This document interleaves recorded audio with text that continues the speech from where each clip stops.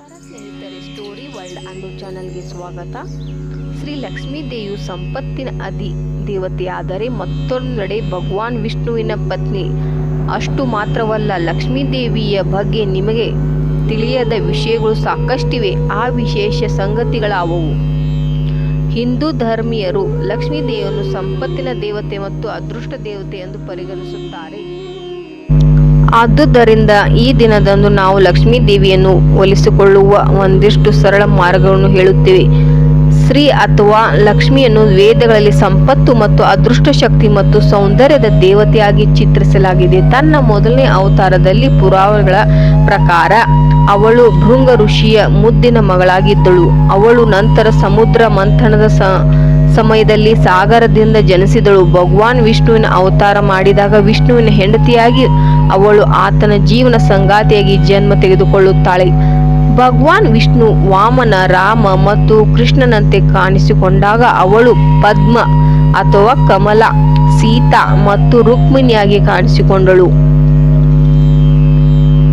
ಹಿಂದೂಗಳಲ್ಲಿ ಲಕ್ಷ್ಮೀ ದೇವಿ ಎಂದರೆ ಅದೃಷ್ಟದ ದೇವತೆ.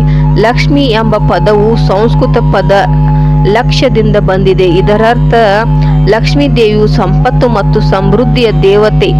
ಇದಲ್ಲದೆ ಅವಳು ಶುದ್ಧತೆ, ಔದಾರ್ಯ ಮತ್ತು ಸೌಂದರ್ಯದ ಅನುಗ್ರಹ ಮತ್ತು ಆಕರ್ಷಣೆ ದೇವತೆಯೂ ಹೌದು. ಲಕ್ಷ್ಮೀ ದೇವಿಯ ಆರಾಧನೆಯು ಪ್ರಾಚೀನ ಕಾಲದಿಂದಲೂ ಭಾರತೀಯ ಸಂಪ್ರದಾಯದ ಒಂದು ಭಾಗವಾಗಿದೆ. ಲಕ್ಷ್ಮೀ ದೇವಿಯನ್ನು ತಾಯಿಯಂತೆ ಪರಿಗಣಿಸಲಾಗುತ್ತದೆ. ಆದ್ದರಿಂದ ಅವಳನ್ನು ದೇವತೆ ಬದಲಾಗಿ ಮಾತಾ ಎಂದು ಬೋಧಿಸಲಾಗುತ್ತದೆ. ಅದೃಷ್ಟದ ಜೊತೆಗೆ ಸಂಪತ್ತನ್ನು ಮತ್ತು ಜ್ಞಾನಗಳನ್ನು ಪಡೆಯಲು ಅಥವಾ ಸಂರಕ್ಷಣೆ ಬಯಸುವ ಲಕ್ಷ್ಮೀ ದೇವಿಯನ್ನು ಪೂಜಿಸುತ್ತಾರೆ.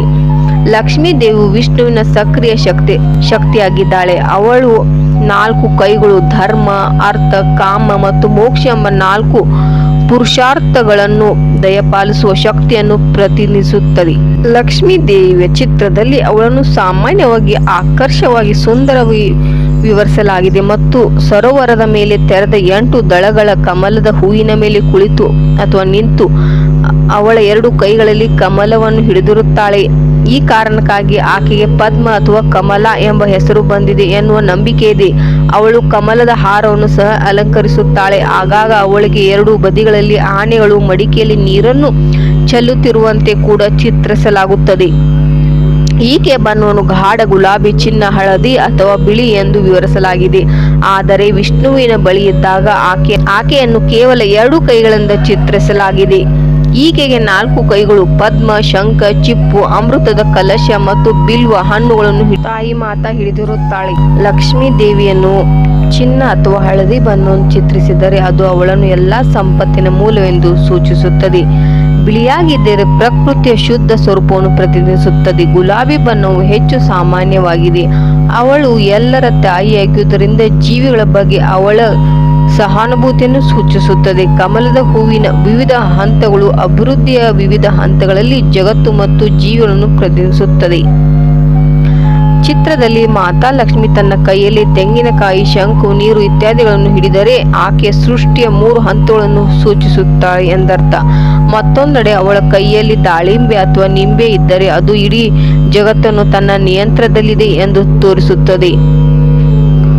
ಅವಳು ಎಲ್ಲವನ್ನು ಜಯಿಸಿರುತ್ತಾಳೆ. ಅವಳು ಕೈಯಲ್ಲಿ ಬಿಲ್ವ ಹಣ್ಣು ಹಿಡಿದಿದ್ದರೆ ಅದು ಪ್ರಾಸಂಗಿಕವಾಗಿ ತುಂಬಾ ಆಕರ್ಷಕವಾಗಿದೆ.